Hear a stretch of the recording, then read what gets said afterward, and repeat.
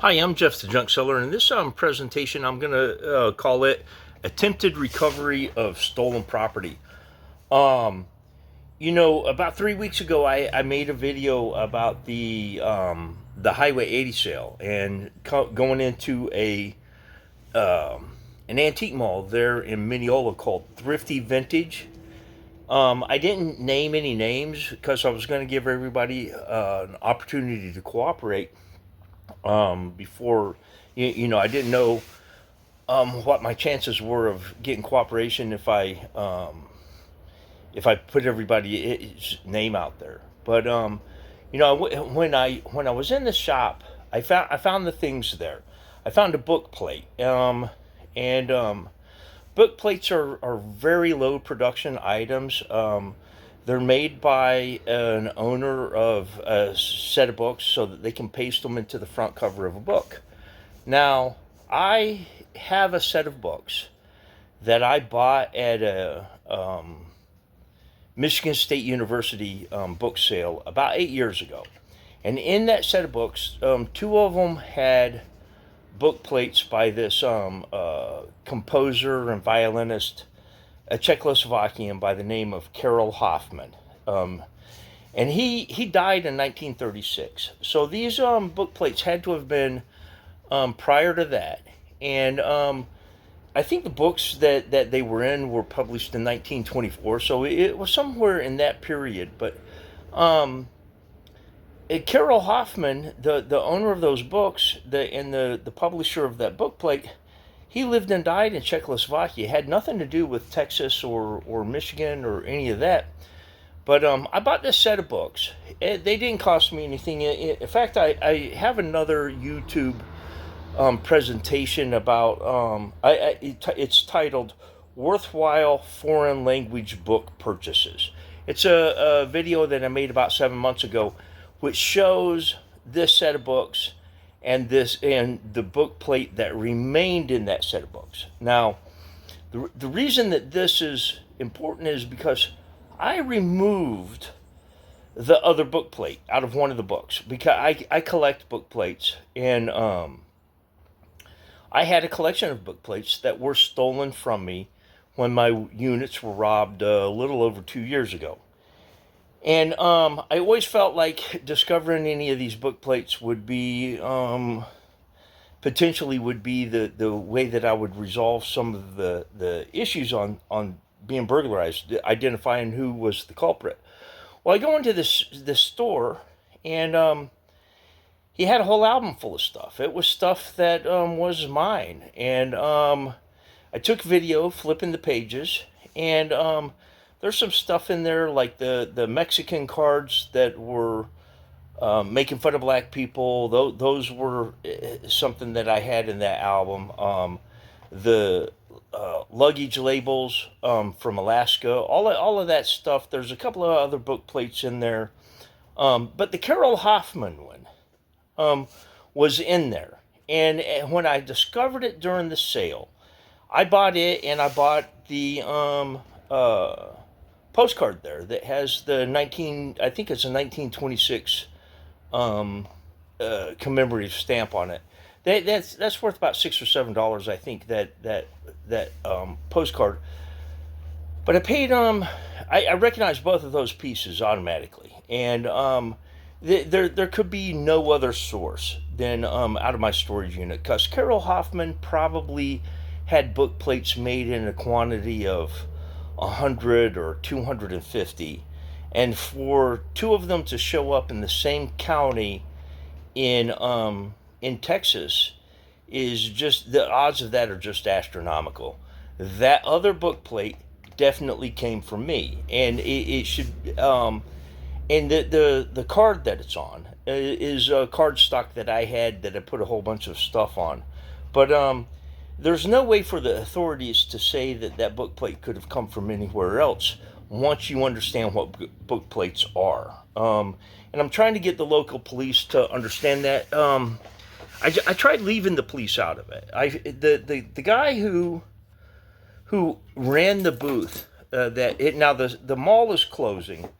The Thrifty Vintage Mall is closing, but the woman that was managing it there, She told me that the booth that I found that in was operated by a guy named Greg, and he goes by the Great Bearded Picker. That's his name.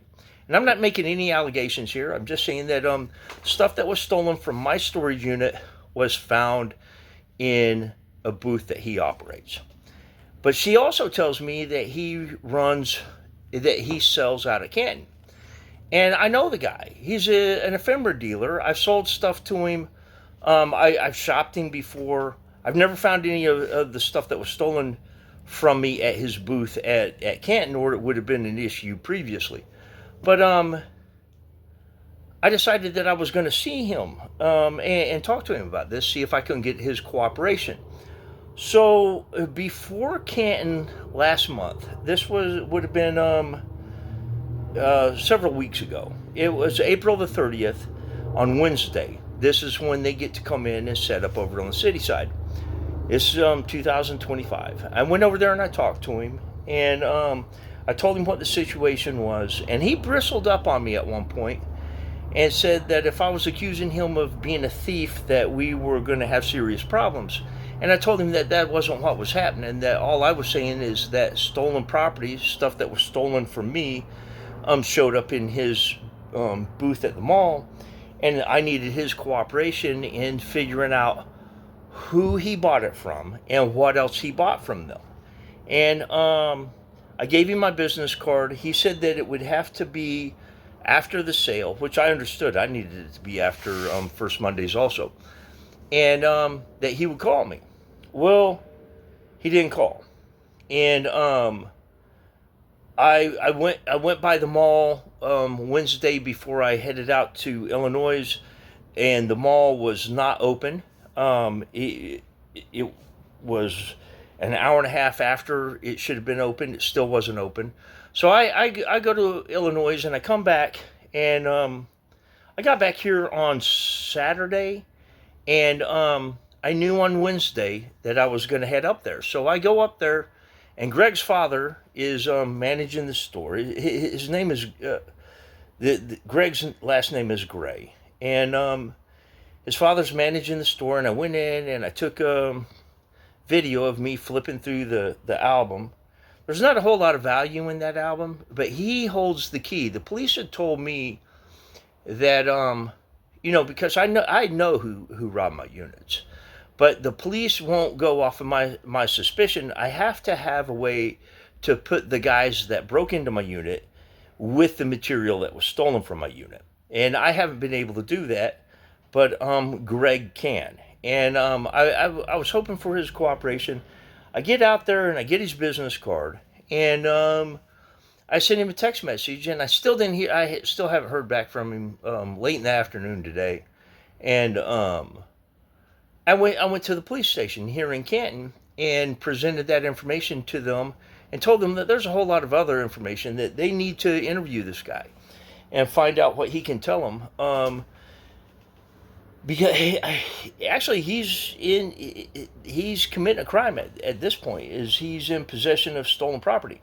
Now I can't prove that any of it's stolen. We can definitely infer that the book plate wouldn't have come from anywhere else other than the book that I took it out of. And he has had contact with guys that rob my units, and I need, without dropping any names or saying who those guys are, I need for him to be able to cooperate with the police and tell them. The police have been frustrating. This guy, I believe, is going to be frustrating. I believe that he's going to be hostile about this message, or this presentation, but which is kind of foolish, because those guys played him for a fool. They stole my stuff, but they also stole his money, because they sold him stuff that they weren't allowed to do. It wasn't theirs to sell. So they actually stole his money. But people don't understand the law. I'm afraid most of the time when somebody gets caught with the property and are faced with the proposition of having to surrender it and being out their money, they want to blame the person who is reclaiming the property. That's not that person's fault. It's the person who sold the stolen property to him, and I'm certain that I'll probably get threatened with a suit for libel or slander or some kind of crazy notion like that because I've made this public. But what everybody needs to understand about libel and slander is the thing that you have to say in order to be found culpable is that you have to have made an untrue statement and it has to have adversely affected the other party in some way. And they have to be able to make both showings. Now, I haven't made any untrue statements. All I have said here is that that book plate came from those books that I bought 8 years ago, that they were stolen out of my storage unit about 2.5 years ago, and that this guy was found in possession of them in his inventory at a mall in Mineola. Now, his lack of cooperation, I don't know whether that's just because he's busy or what, but anybody can make any inference that they want to out of that. His conduct will allow us to know what role he plays in this. And right now, I just really need him to be cooperative, and I'm a bit frustrated because I'm not getting that. Now, I've been on this case since they robbed my units, and it doesn't matter when I find it. Any material that I can show that was stolen from me, I'll be able to reclaim. And believe me, I'll be on that for the rest of my life. If anybody has bought any of the stuff that these guys stole out of my unit, you might want to just surrender it, because when you get caught with it, it's getting checked in anyway. But if you've enjoyed this presentation, please give it a like. If you view some of my other material like that as well, then please subscribe. But thank you for viewing.